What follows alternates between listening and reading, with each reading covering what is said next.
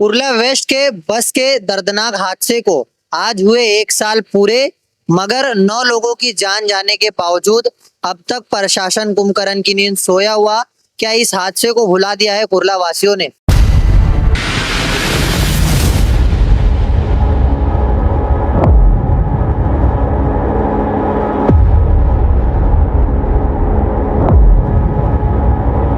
वो तस्वीर आज भी वैसे ही है मेरे दिमाग में, मेरे ख्यालों में। 1 साल पहले जो हालात थे, हालात आज भी वैसे ही है।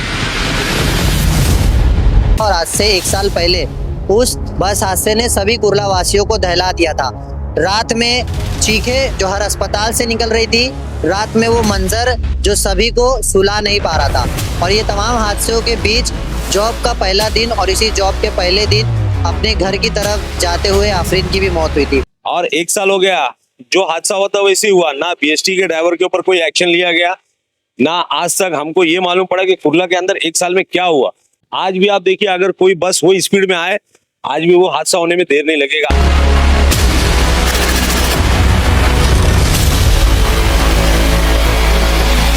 अगर दिन में वो हादसा आज हो जाए तो कितने बच्चे मारे जाएंगे। याद तो आज भी आंख में ताजा ही है, दिलो दिमाग में वही है। इस रास्ते से आते हुए डर लगता है और जाते हुए डर लगता है, क्योंकि आप अगर देखेंगे ना, आने के लिए और जाने के लिए लोगों को रोड पे रास्ता नहीं है। आप देखिए, ये पूरा टोटल जाम है। ना आरटीओ वाले कोई कार्रवाई करते हैं, ना बीएमसी के नाक के नीचे इलीगल पार्किंग है, मार्केट के सामने दोनों तरफ। ये जो मौत का तांडव जो साल भर पहले होता, आज भी वही हाल है। और पब्लिक शायद भुला चुकी है। पब्लिक के साथ पब्लिक इंतजार करे कि इससे भी कोई बड़ा हादसा हो जाए। सभी नेताओं की गाड़ियां इस जगह से गुजरती है, मगर किसी का ध्यान सड़क पर होने वाले हादसे पर नहीं पड़ता। और यही वजह है कि ये हादसे के कुछ दिन बाद ही उस हादसे को भुला दिया था। वो आज मेरी बच्ची को मर के 1 साल हो गया।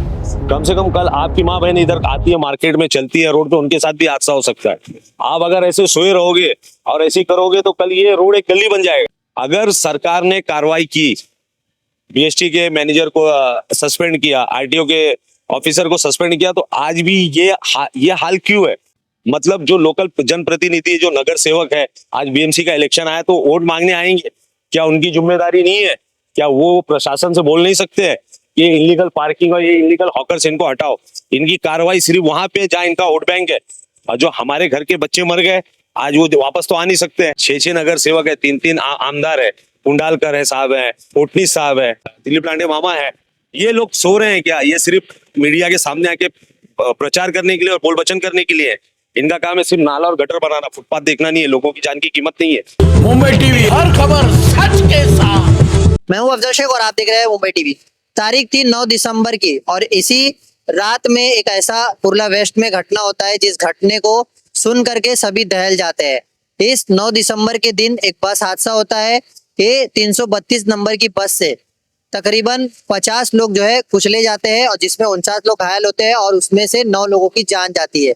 मगर 9 लोगों की जान जाना, 49 लोग घायल होना, क्या ये तमाम चीजें जो हादसे के शिकार हुए थे उन सभी लोगों के हादसे को भुला दिया गया है? हालांकि मैं उसी जगह पर खड़ा हूँ। आपको बता दूं, ये कुर्ला वेस्ट का वही इलाका है जिस इलाके में दर्दनाक बस हादसा हुआ था। और आज से 1 साल पहले उस बस हादसे ने सभी कुर्ला वासियों को दहला दिया था।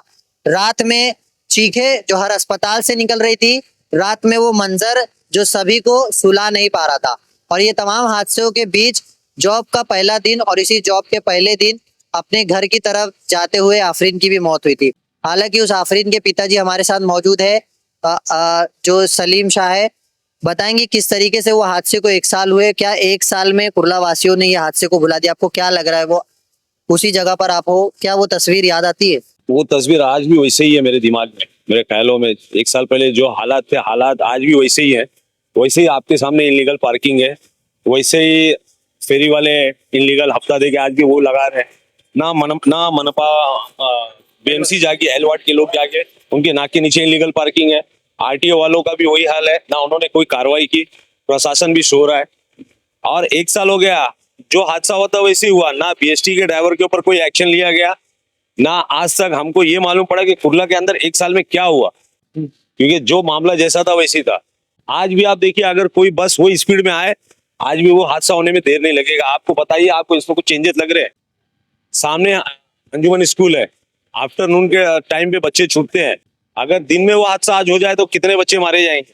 और आप यहाँ पे देखिए ये लोगों की गाड़ियां खड़ी है, इनलीगल पार्किंग है दोनों साइड में। आप बताइए मेरे को, स्टेशन से लेके बुद्ध कॉलोनी तक आपको दोनों साइड में कहाँ फुटपाथ चलने के लिए है क्या लोगों के लिए? आज भी वही हाल है। तो ये जो हादसे, अभी जब आप यहाँ से आते हो, क्या मंजर आप लोगों को याद आता है कि ये हादसे में 9 लोग जो बेचारे बेकसूर जिनकी जान चली? याद तो आज भी वही आंख में ताजे ही है, दिलो दिमाग में वही है। इस रास्ते पे आते हुए डर लगता है और जाते हुए डर लगता है, क्योंकि आप अगर देखेंगे ना, आने के लिए और जाने के लिए लोगों को रोड पे रास्ता नहीं है। आप देखिए ये पूरा टोटल जाम है, ना आरटीओ वाले कोई कार्रवाई करते हैं, ना बीएमसी के नाक के नीचे इलीगल पार्किंग है, मार्केट के सामने दोनों तरफ। ये जो मौत का तांडव जो साल भर पहले होता, आज भी वही हाल है। और पब्लिक शायद भुला चुकी है, पब्लिक के साथ पब्लिक इंतजार करे कि इससे भी कोई बड़ा हादसा हो जाए। तो जो लोगों की मौत हुई थी, उन लोगों के परिवार के लिए या उन लोगों के लिए लोगों से कैसे दुआओं की आप गुजारिश करेंगे कि वो मंजर याद रखे और वो चीजें भूले? मैं तो कुर्ला की जो भी पब्लिक है उनको एक रिक्वेस्ट करूंगा कि आप कम से कम ये देखो, ये हादसा हुआ, आज मेरी बच्ची को मर के 1 साल हो गया। कम से कम कल आपकी माँ बहन इधर आती है, मार्केट में चलती है रोड पे, उनके साथ भी हादसा हो सकता है। आप अगर ऐसे सोए रहोगे और ऐसे करोगे तो कल ये रोड एक गली बन जाएगा। यहाँ पे ऐसा रहेगा कि आप सिर्फ एक मोटरसाइकिल लेके जा सकते हो। पहली बात तो बीएसटी डिपो है उसको वहां से हटा देना चाहिए। आज भी मैं बोलता हूँ, वो रेजिडेंशियल एरिया है, वहां पे आपको बस को अलाउड नहीं करना चाहिए। इतनी पब्लिक वहां से ट्रेन से निकलती है, वहां आती है, वहां पे रिक्शा स्टैंड है, वहीं पे बस स्टैंड है। लोगों को फुटपाथ पे चलने के लिए कहाँ है? आप स्टेशन से निकलते हैं, आपको कुर्ला डिपो जाने के लिए कहाँ पे रास्ता दिखता है? आप मेरे को बताइए। ये एक रास्ता सीधा है, यहाँ पे फुटपाथ नहीं। आप यहाँ आप स्टेशन से लेके बुद्ध कॉलोनी के वहां तक चले जाइए, आपको फुटपाथ नाम की चीज नहीं मिलेगी। लेफ्ट साइड पे भी गाड़ियां खड़ी है, राइट साइड पे भी गाड़ियां खड़ी है। हाँ, अगर सरकार ने कार्रवाई की, बीएसटी के मैनेजर को सस्पेंड किया, आरटीओ के ऑफिसर को सस्पेंड किया, तो आज भी ये हाल क्यों है? मतलब जो लोकल जनप्रतिनिधि, जो नगर सेवक है, आज बीएमसी का इलेक्शन आया तो वोट मांगने आएंगे, क्या उनकी जिम्मेदारी नहीं है? क्या वो प्रशासन से बोल नहीं सकते हैं ये इलीगल पार्किंग और ये इलीगल हॉकर्स इनको हटाओ? इनकी कार्रवाई सिर्फ वहां पे जहाँ इनका वोट बैंक है। और जो हमारे घर के बच्चे मर गए, आज वो वापस तो आ नहीं सकते हैं। आज 1 साल में क्या प्रोग्रेस हुआ मेरे को तो नहीं दिखाई देता। और जिस तरीके से ये तमाम हादसा हुआ, सेंट्रल का ये मुद्दा बना था, मगर उसके बाद कुछ कंपोजिशन की किसी की भी तरह आप लोगों को तो वो दिया गया कंपोजिशन वगैरह? कंपनसेशन तो देखिए, मुख्यमंत्री फंड से 5 लाख रुपया मिला था और बीएसटी से 2 लाख रुपया मिला था। वो पैसा तो हमने जो केस में था लगा दिया। हम वो केस लड़ रहे हैं और आज वो ड्राइवर अंदर है। कुछ अधिकारी सस्पेंड हुए, लेकिन इतने से ही नहीं होगा, आपको इसका कुछ अल्टरनेटिव निकालना पड़ेगा, कोई ऑप्शन निकालना पड़ेगा। आज बताइए, मेट्रो का काम चालू है, जगह जगह पे इनलीगल पार्किंग है, लोगों को आने जाने के लिए तकलीफ है, लाखों लोग डेली अप डाउन करते हैं। अगर ट्रेन से उतरेंगे तो उनको जाने के लिए रास्ता नहीं है। आप कुर्ला पाइप रोड पे जाके देखिए, आप न्यू मिल रोड पे जाके देखिए। तो मेरी सरकार से ये डिमांड है, मुख्यमंत्री से और दोनों डिप्टी सीएम से ये डिमांड है, कम से कम आप एक बार आके कुर्ला का विजिट तो करिए। आप कम से कम बुद्ध कॉलोनी से लेकर स्टेशन तक और न्यू मिल रोड तक का तो सर्वे करिए। आपके यहाँ नगर सेवक है, आपकी पार्टी के, आपके यहाँ के लोकल आमदार है, या उनके कान में जूं नहीं रेंगता है? 6 नगर सेवक है, 3 आमदार है, कुंडालकर है साहब है, कोटनी साहब है, और दूसरा और दिलीप लांडे मामा है। ये लोग सो रहे हैं क्या? ये सिर्फ मीडिया के सामने आके प्रचार करने के लिए और बोल वचन करने के लिए है। इनका काम है सिर्फ नाला और गटर बनाना, फुटपाथ देखना नहीं है। लोगों की जान की कीमत नहीं है, लोगों की जान की कोई कीमत है? ये कब जागेंगे? मतलब वोट मांगने के लिए आएंगे, इनके बैनर लगेंगे चलेगी, इनकी इलीगल गाड़ियां लगेगी चलेगी, इलीगल पार्किंग रहेगी वो चलेगी। अगर हम आवाज उठाएंगे तो हम इनकी नजर में बुरे बनते हैं। आज इनके घर का अगर कोई बच्चा मर जाता, एक्सीडेंट हो जाता, आप ये बुद्ध कॉलोनी से जाइए, अंजुमन खैरुल मोमिनीन अलबरकत के लिए वो है, वहां पे सिग्नल नहीं है, ऐसा रोड का डिवाइडर नहीं है।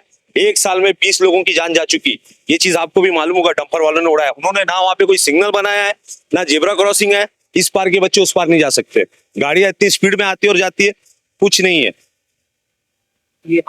तो फिलहाल जिस तरीके का ये मामला था, आज से 1 साल पहले जो हादसा हुआ, उस हादसे की जो चीखें थी वो आज भी कान में सुनाई देती है, क्योंकि जिस तरीके का वही स्पॉट है, वही जगह है, मगर वो तस्वीर मंजर जो है याद तो आते हैं, मगर उस पर बात कोई करना नहीं चाहता। हालांकि कुर्ला जैसा वो इलाका जहाँ पर अक्सर भीड़भाड़ होता है, और इस भीड़भाड़ को कंट्रोल करने के लिए प्रशासन अपनी तरफ से कोई जो है तैयारी नहीं करता, और इस तैयारी नहीं करने की वजह से ऐसे हादसे हो जाते हैं।